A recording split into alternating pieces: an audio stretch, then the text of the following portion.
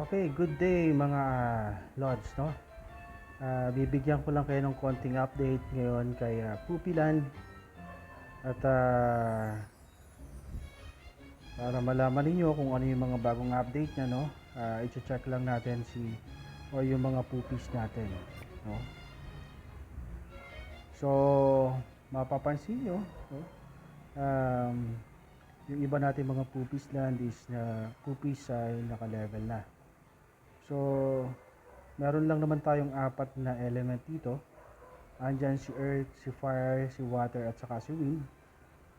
So, uh, konting info lang pagdating sa mga uh, pupis natin, no? Dito kasi sa mga pupis natin, kailangan may mga required XP points. Yun yung gagamitin natin sa pag-level up ng mga pupis natin. So, pagka meron tayong mga tank, unang-unang ile-level up natin dito or yung sa mga attributes natin is yung vitality ng isang pupis. And then sa mga active skills, kasama yan. Tulad dito sa enhancement natin, andyan yung stone barrier. So, isa sa defensive earth skill that creates a barrier around the monster, increasing its physical and magical defense.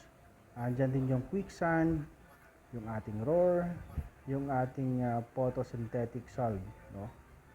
So, eto, hinihils ito yung mga targeted ally natin. So, yan po yung ano natin, earth pupis, no? Pagdating naman natin dito sa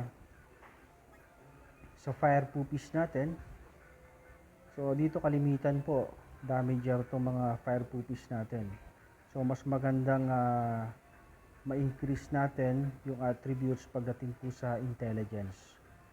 So, tumataas kasi yung magical attack, yung magical defense ng isang pupis.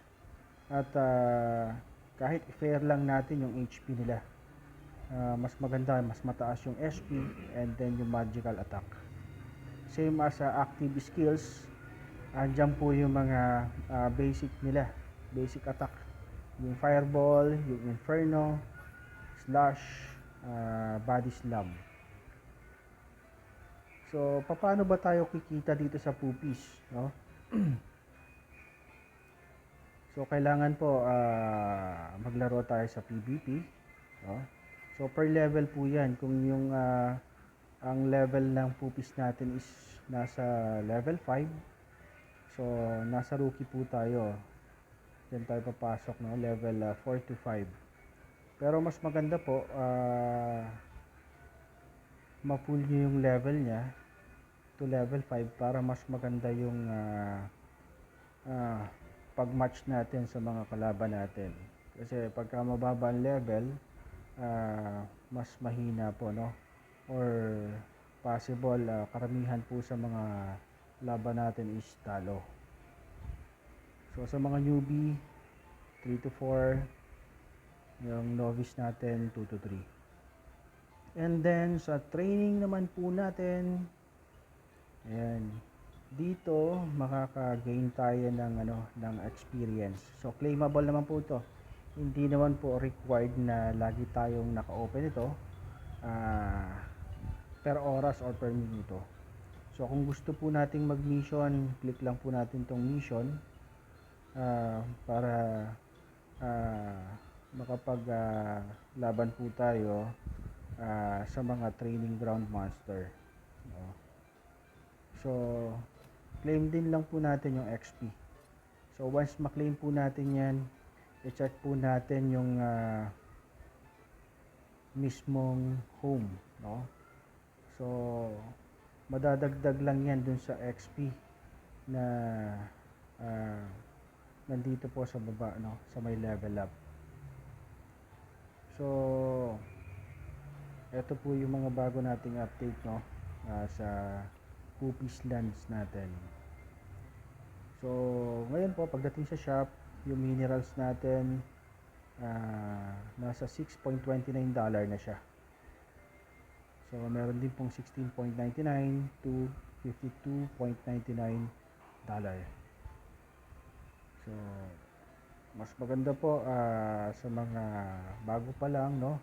Pag-aralang mabuti yung pagpapa-level up ng pupis, no? Kasi medyo talagang mabigat po or mahirap ang kalaban.